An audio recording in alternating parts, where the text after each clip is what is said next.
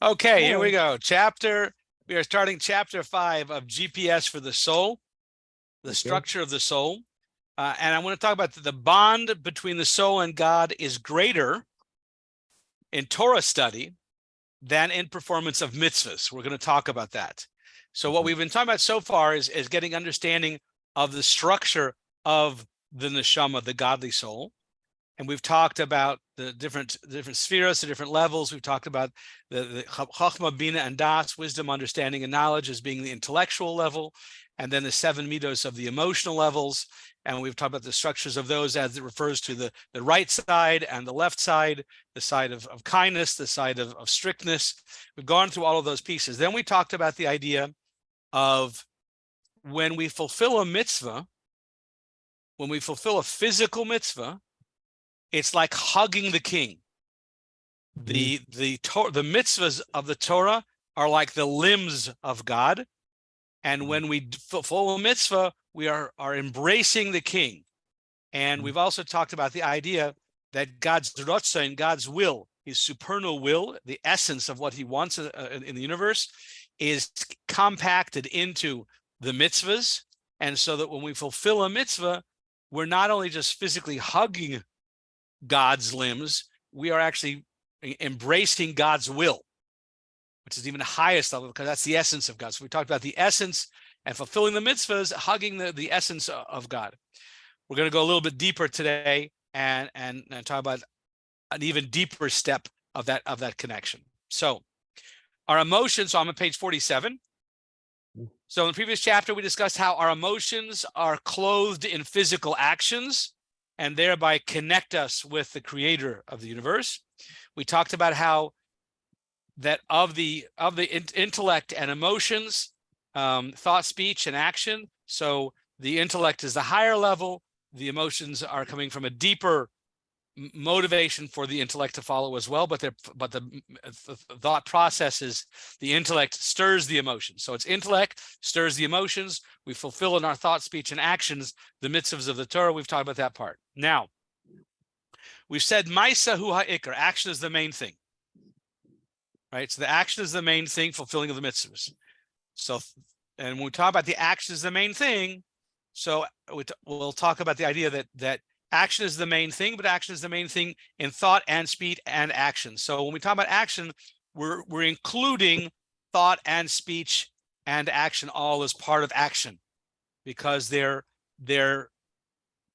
steps up, they're garments of a deeper level, chachma, bin, and das, wisdom, understanding, knowledge, and those are then expressed in thought, speech, and action.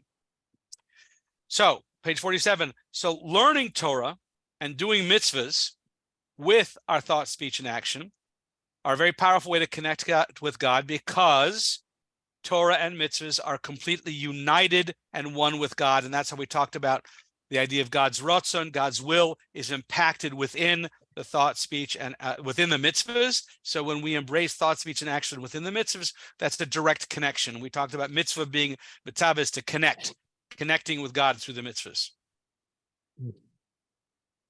On the other hand, the soul's attributes of intellect and emotion, even at the highest level, they can't reach the same level of connection as the garments, because intellect and emotions are not the actual physical limbs of God. And so when we do the mitzvahs, the physical mitzvahs, we're actually connecting with that highest level of rotzon. Again, rotzon is will. Will is the highest level. And what is the will? The will is the physical actions. God desires a dir b'tachtainim, a dwelling place in the lower world. Every time we physically do something in the lower world, we actually are fulfilling God's rotzon. So we've went from the channels through which that goes, chachma, bina, das, wisdom, understanding, knowledge, developing the emotions, processing thought and speech and action. But at the end of the day, think of a building plan, right? The planner has something in mind.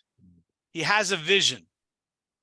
That vision then goes through a thought process that gets into a speech process that then gets actually physically put into a blueprints, and the blueprints then they go to build, and they build the final thing, the actual building with all of its facets. That is what was first in mind. It's the end that was actually first in mind. The designer had something in mind, and then had to develop all that and then process all of that. When you see the final structure, that was what was final. The last thing was mind, right? So the first in thought, last in action. But that's why that last in action is the highest level, because that was the first in thought. That was what the whole intention was to begin with. So God's divine will, as it is brought out in the actual mitzvahs, this is the highest connection. And with all of the kavanos, the intentions that we put into fulfilling our mitzvahs, and we've talked about, intentions are the wings of the mitzvahs, right? The intention, the love and awe of God that goes into the mitzvahs helps to lift up the mitzvahs on high. But at the end of the day, hang on just a moment. At the end of the day, it's the action that's the main thing. The emotions are important, but the action's the main thing. So when we put on tefillin, or we light Shabbos candles, or we blow a shofar, tonight is Pesach Sheni. It's 30 days after Passover. It's the day that's set aside that anybody who couldn't make it to Jerusalem on time to bring the Paschal Lamb, they get a second chance. Today's the day, and they don't have to go through all of the getting rid of the chometz and everything else that goes into Passover. They just have to bring the Paschal Lamb and eat the matzah maror and Passover thing together. So it's always a second chance.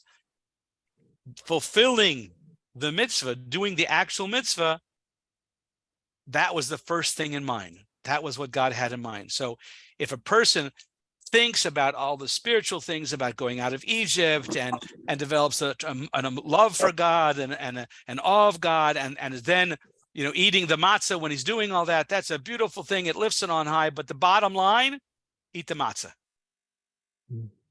Put on the tefillin, light the Shabbos candles. The bottom line, to fulfill God's will, is the action, physically doing the action.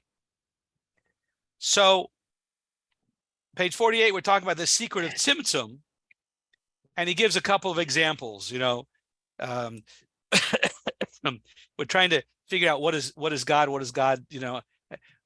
how do we give an idea of what the vastness of God, right? So in some people, the first impression he's given is like, God's a big, big God, right? I always like that quote that says, don't tell God how big your problems are. Tell your problems how big your God is. So, yes, we could just say God is really, really, really, really big, and leave it at that, right? But there's more. There's more to that. And we talk about, if we talk about God as infinite, but does that mean he's not finite? The old parable of, can God create a rock that he can't even move? Yes, he can create it, and then he can move it. And George Carlin used to tell that joke, right? Crocus, it's finite. But the idea then is that God is infinite, but God is finite also, because God has to be above both of those, since both of those are part of creation. So God has to be beyond all of that. And when we talk about how does God compress all of that, absolutely, how does God compress all of that infinite and finite and awesome God? How does he compress all of that into a mitzvah? How does he compress all of that into a Torah scroll with physical letters, parchment, ink on parchment? How does that done, right? And of course, we don't understand that. Well, the funny part is like, well, why would we understand that? We're finite beings, right?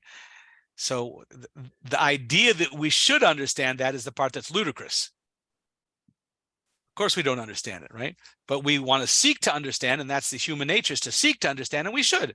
And even the Torah wants us to seek to understand. But we can't write anything off because we don't understand it.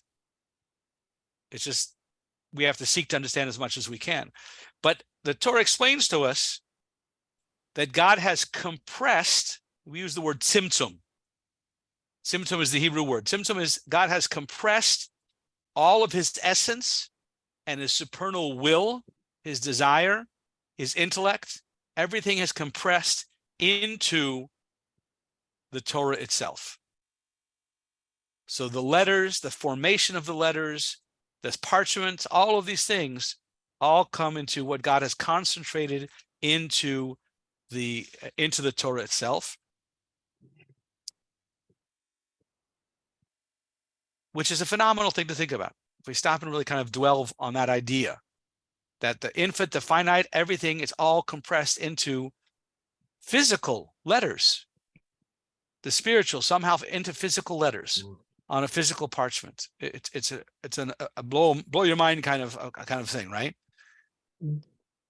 But that's what God has done. He's completely mitzvot everything into it, and the fulfillment of all of that infinite, finite, divine will is to fulfill, to do the mitzvahs.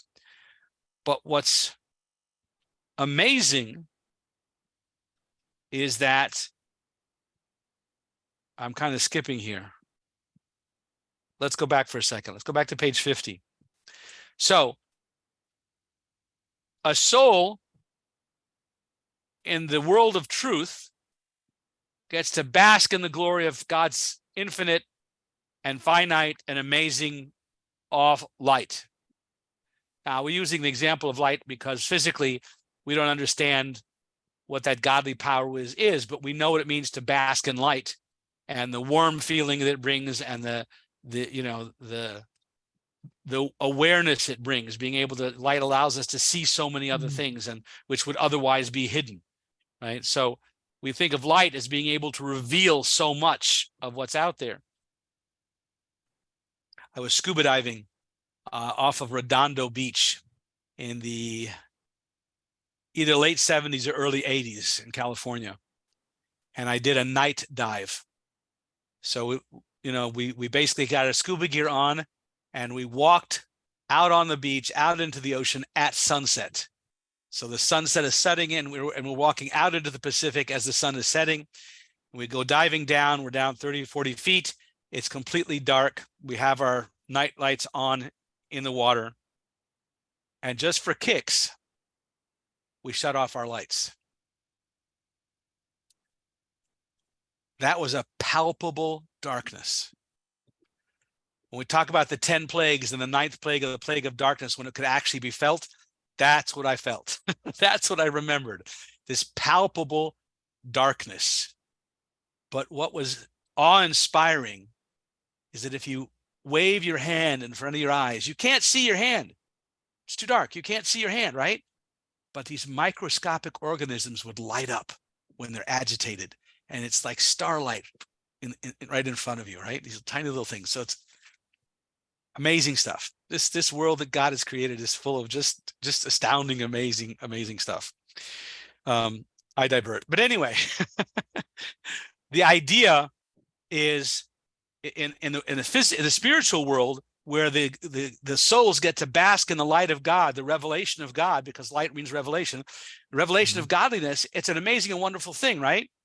So what's better? A soul in heaven that gets to bask in the glory of God, or doing a physical mitzvah down here? Making a blessing before eating the bread and making a blessing after eating food. Like what's greater? Well, the mitzvah is God's essence. It's not the ray of God. It's not a revealing of a godliness. It's the essence of God itself.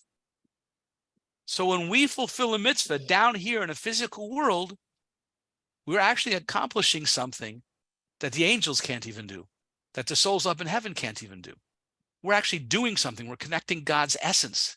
And so that's an amazing piece. So, Memorial Day is coming up, and we're going to do an event with Torah, Tefillah, and Tzedakah, and La'aliyas Neshama to elevate the souls, because the souls in the world of truth, yeah, they can bask in the glory of God, and it's a wonderful thing, but they can no longer actually connect with God's essence by doing mitzvahs. So they can't actually elevate their souls through the fulfillment of mitzvahs in the next world, because that only happens down here in this physical world. So when we learn Torah or say prayers or give tzedakah or do acts of kindness in memory of those neshamas, they actually get an aliyah, they get elevated in the heavenly realms to greater revelations because of what we're doing for them down here in the physical world. In that same sense, before we come into this world, our soul is up in that treasure trove of godly souls, of spiritual souls in the heavenly realms, and the soul wants to come down into the physical world. Yes, it'll lose that tremendous aura of godliness that it gets to bask in, but it can actually do something down here. It can actually elevate itself down here by actually fulfilling mitzvahs. Here is where it can actually accomplish something. And therefore this physical world, this is the greatest place. This is where we actually get to accomplish something. This is where we actually accomplish the divine mission of revealing godliness in the world. So now let's go to 51. And we're going to actually compare. Let's talk about mitzvahs versus Torah learning, right? Mhm. And we've talked about this amazing connection of God through fulfilling a mitzvah, because that's God's essence wrapped into it, right? But think about this action. We study God's Torah, hopefully with thought, certainly with speech, and the action of learning Torah, taking a book and actually sitting down and study, right? So when we're doing Torah study, we're using thought and speech and action, which are the garments of the soul, and we are doing two things simultaneously. When I put on a tallis, right? So the kavanah, the intentions when we put on a tallis, is that we are enwrapping ourselves with godliness, and specifically or makif, the encompassing light. That power of godliness, which is so powerful, it can't fit into physical vessels. It can't fit into a body or an object in the physical world to actually do a mitzvah with. It's too great a power to be confined into a vessel in the physical world, right? So when we put a tallis on, we're bringing down that power to encompass us as we do a mitzvah. And then when we strap the tefillin, another mitzvah, right? So we're binding our thought, our mind, and our actions. We're binding ourselves, harnessing ourselves to the service of God. And so we're doing both of those things simultaneously, right? And we enwrap ourselves with the mitzvahs of God. That's encompassing us. But when we actually learn Torah, we're doing two things. Not only are we getting encompassed by the Torah, we're ingesting Torah. We're taking it into us internally. And so instead of just being a garment, it's like ingesting food. We're actually taking it internally into us. And so both things happen simultaneously. We're physically, thought, speech, and action are involved in fulfilling a physical mitzvah, learning Torah, like we're doing right now. But in that self-same moment, as our mind is grasping those ideas, it becomes part and parcel of us. So we are encompassed by and we encompass the Torah itself. So it's both ways happening. So when we say that Maisa Huakar, action is the main thing, absolutely. That's how we create the Dir B'Tachtonim, the dwelling place for God down in the physical world. But when we learn Torah, we're actually doing both. We're actually doing both. We are encompassed by and we encompass God's will and wisdom through the Torah itself. So in that sense, the learning of Torah is even greater than any other of the physical actions of mitzvahs, right? It's the highest point because it's both directions happening simultaneously.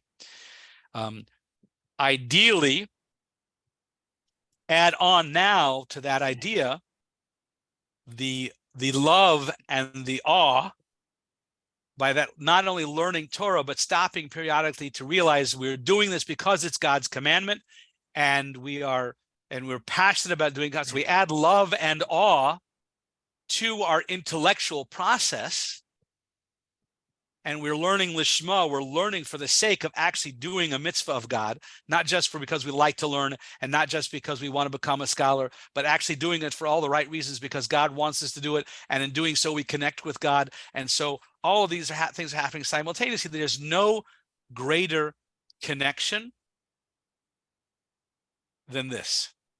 There's no greater way of connecting with God than in wrapping our thought, speech, and action into the learning of Torah, and to do it with ava and yir, to do it with love and with awe, and all those emotions together. And that is the most powerful of connecting with God and fulfilling God's desire down here in the physical world. So on page 52 at the conclusion, since God inserted himself into Torah, our Torah study and our performance of mitzvahs enable us to connect with him.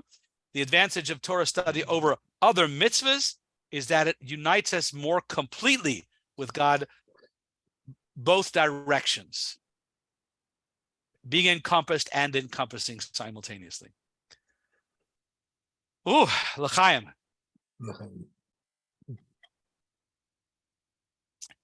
Your thoughts on this chapter?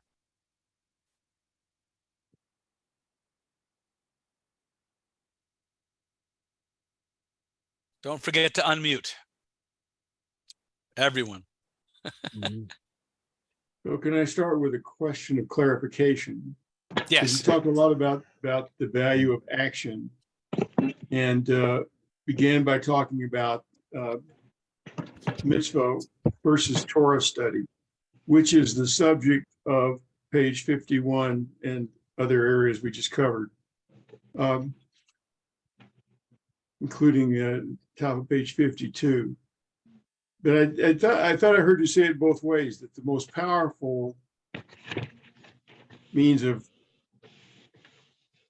transmitting and being close to God is the action, which would be the mitzvot. But then I thought, or you say that the Torah study was more powerful. Exactly. Powerful is the wrong word. Yeah. But, powerful connection. Powerful connection. Yeah. So those are not which is which. Why am I confusing that? They're both. They're both. Both can be more powerful than the other. So learning Torah is an action. Learning Torah includes thought, speech, and the action of sitting down and learning, right? Right.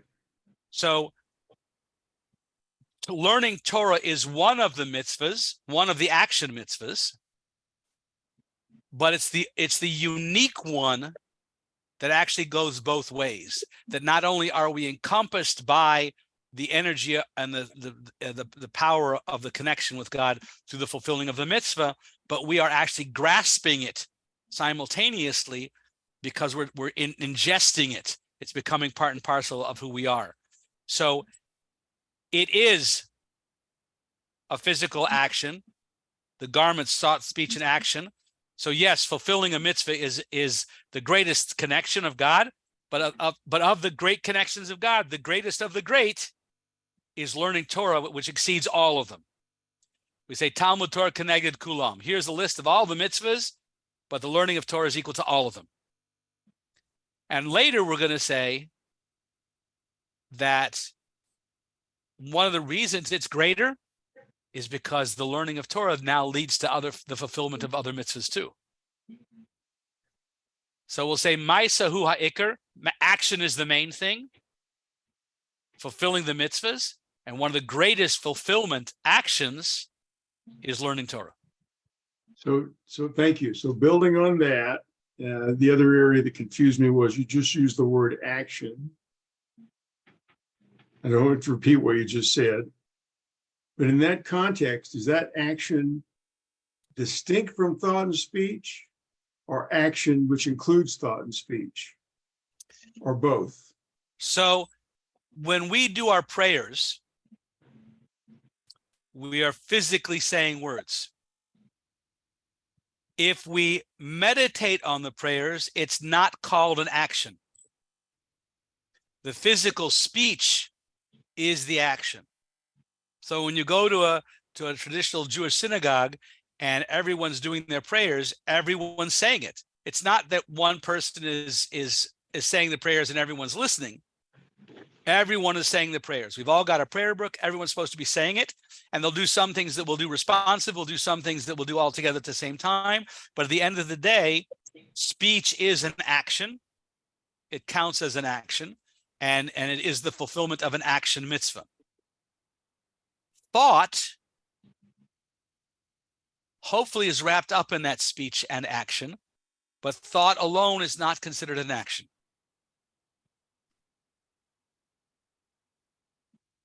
So when we learn Torah, thought is part of that. But if you go into a study hall, if you go to a Beis Medrash, a Jewish study hall, it does not sound like a library. There's a lot of loud voices going on because the study of Torah is done out loud. And we've learned over time that that also tends to sink it in better. Dr. David Lazarson was a rabbinical student here at the Rabbinical College of America, where I also went, but he came a few years ahead of me, and he got his doctorate in education. And it's somewhere along the way while he was teaching in special ed in the public schools of New York, he received national recognition for creative ingenuity in special ed. What did he do? Peer learning out loud. We've been doing that for 3,000 years. But this idea of out loud learning, out loud is considered an action, a physical action. So if I'm about to eat a food and I want to say a blessing, if I just think about it, I didn't say the blessing. I have to actually say the blessing, and that's considered an action. So of thought, speech, and action, speech is counted as also as a part of action. Hopefully thought is invested in those. Good. Thank you. Yeah. Excellent. Other thoughts on tonight? So a mitzvah is a mitzvah, but it seems like there might be a ranking among the mitzvahs as far as your connection with Hashem. So we say Maisa hu ha'ikar, that action is the main thing. Right. And we give the example of that is, the birthday gift to the 7-year-old. The thought is not what counts. The 7-year-old wants the gifts, right? When you go out to give tzedakah, the idea of giving tzedakah is not sufficient. You actually have to give the tzedakah, right? So speech is considered action. Physical action is the essence of the mitzvah, of fulfilling a mitzvah. Let's say the converse also, by the way, right? The converse is, if I thought about sinning and I didn't do it, am I culpable? No, because action's the main thing. What about those commandments that tell you not to do something? Is that a mitzvah too? Yes. Because you're observing it. Yes, exactly. So inaction is a mitzvah. Correct. So it's just as powerful as the ones with action.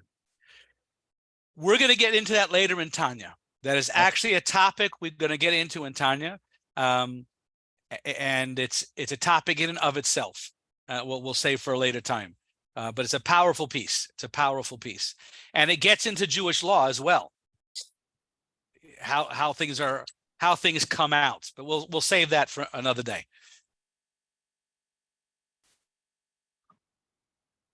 Thoughts from tonight? Moshe, Haniel? Sure. Okay. You go. Yeah, my bad, bro. I thought that the point of being able to be here in this physical reality to get to the connections is more important because some of the constituents on this planet believe that the end game is more important than playing the game itself, and I thought that was very important thing to look on. Absolutely. Absolutely. There's a fascinating story about, and I don't remember the details. It's a fascinating, really good story here. And I first heard it at a bar mitzvah. The Zaidi of the bar mitzvah boy shared the story, and I won't go into all the details, but the essence of the story was that someone did something really good in moving the body of a saint, a tzaddik, from exile to actually be buried on the Mount of Olives across from the temple in the temple site in Jerusalem. And that night, after this person put all that energy into getting that done, the tzaddik appeared to him in his dreams and said, "Thank you so much for this great thing that you have done on my behalf. I want to give you an opportunity. I will either bless you to be reimbursed with all of the expenses that you went into for this, or you can join me in the world of truth and continue to learn Torah with me in my chamber. Which would you take?" And that means that he's going to die, Yeah. and his soul will go and learn with the tzaddik in his chamber for the rest of eternity. But what if he chose? Hang on. And the answer to the question that the Zaidi said was, "What, are you kidding? You have an opportunity to put on tefillin tomorrow and fulfill God's world in the physical world. If you take eternity with a tzaddik, that's totally selfish. That's totally for you. What does God want? God wants a mitzvah. God wants you to put on tefillin down here." Yeah. Like part of the reason why we took in our sisters when we go to Cemetery. what do you call it? The cemetery, because we want to make them jealous because we're performing a physical mitzvah. Right. We can do the mitzvahs. They can't. So we tuck in our tzitzis when we go into a cemetery, not to arouse the jealousy of those that are in the next world. Mm-hmm. David. So if that person decided to take the money, but instead of using the money for the burial, took that money and put it for tzedakah, Yep. then he would be going a step further. And he could also put on tefillin the next day. Yeah. So either way, it would have been a totally selfish choice to be able to die tomorrow and spend eternity with the tzaddik. It would have been totally selfish, right? And the idea is, and this is one of the important reasons, you know, the Lubavitcher Rebbe used the concept of Tzivos Hashem, the armies of God, as a program to teach children, right? What was the focus of that? Military is mission focused. It's not about the individuals. It's not about the ranks. It's about the mission. And the mission needs to get accomplished. It's all about the mission. So many people in the world lose track, right? Last night in character development classes with Civil Air Patrol, the character development class was all about focus. Focus, not getting distracted, not getting sidetracked, staying focused. But you have to have a mission to stay focused on, right? You have to have your SMART goals. You have to have the areas that you want to get done. God gave us a mission, and that's to reveal the spiritual within the physical world, to create a dwelling place for God down in the physical world, reveal godliness down here. That is our mission. Anything other than that is off track. Now, we could say, well, I got to sleep 8 hours, right? Yes, but that's mission centric. You have to sleep so you can be focused on the mission. You have to eat so you can be focused on the mission, right? There's all these things that are part of the mission. We have to procreate because one of the mitzvahs is to be able to be fruitful and multiply and leave a next generation to continue on. That is part of the mitzvahs. That's a commandment. So one of the beautiful parts that we bring from military experience is that mission centric. and we translate that back to the idea of Torah mitzvahs, we have something we have to accomplish. If we are alive today, that means that we are mission critical, and there's something we have yet to accomplish. We are here for a purpose. And so we're studying Tanya to help understand more about what is the purpose, how do we fulfill it, what is our operational mode. All those different pieces come back to the examples we've seen in life in the military as well.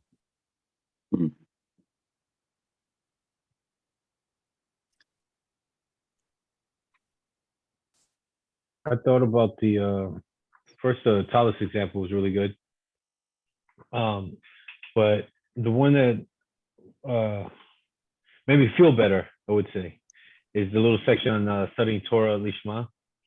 Because like I'm like, dude, I need to learn. I got a wife here. I got kids. I need to be able to, all this stuff. So I need to learn. I need to focus. I'm gonna have Hadar Torah now. I'm like steiging every day, and I'm like learning. And I always heard this concept of Torah Lishma, I'm like, I need to learn. Like I need to know stuff, So it says like, don't worry about it. At first, when you start off, you obviously need to learn. You need to focus and blah blah blah, and then eventually it'll come. So I'm like, oh, thank God, because I thought I was doing it wrong, but I was like, how can I have that balance, So but I want to suggest that you're already doing it. You're not learning because you just enjoy it. You're not learning just because you want to be able to do the right things and be able to share with your children and things like that. You're doing it because you know that's what God wants. That's mission focused, that mission centric, right? So you're already doing Lishma. You're already doing it for all the right reasons. Is there some selfishness in it when you start to enjoy it? That's okay. It's all right to enjoy it. It's fun. The Shiva I'm at is like, it's a lot. It's really good. Not to be miserable or anything. Is that necessary? No. To be happy. And sure. Sure. Yivdu es Hashem b'simcha. Serve God with joy. Yeah. Serve God with joy. Absolutely. So you should enjoy it in the midst of all that as well. I am enjoying. We're learning about the Rashbi, Rabbi Shimon Bar Yochai, and he said they're talking about askara, like diphtheria, whatever. Why do people die from that? And they say lashon hara and not taking the meiser and eating from the food and like this other stuff. And he's like, no, it's because they're not studying Torah. So, but it goes on more. But I don't want to explain it all right now. But it's geschmack, so good. Laser beams flying out of people's eyes and stuff. I'm talking about like Superman powers. So cool. It's so cool.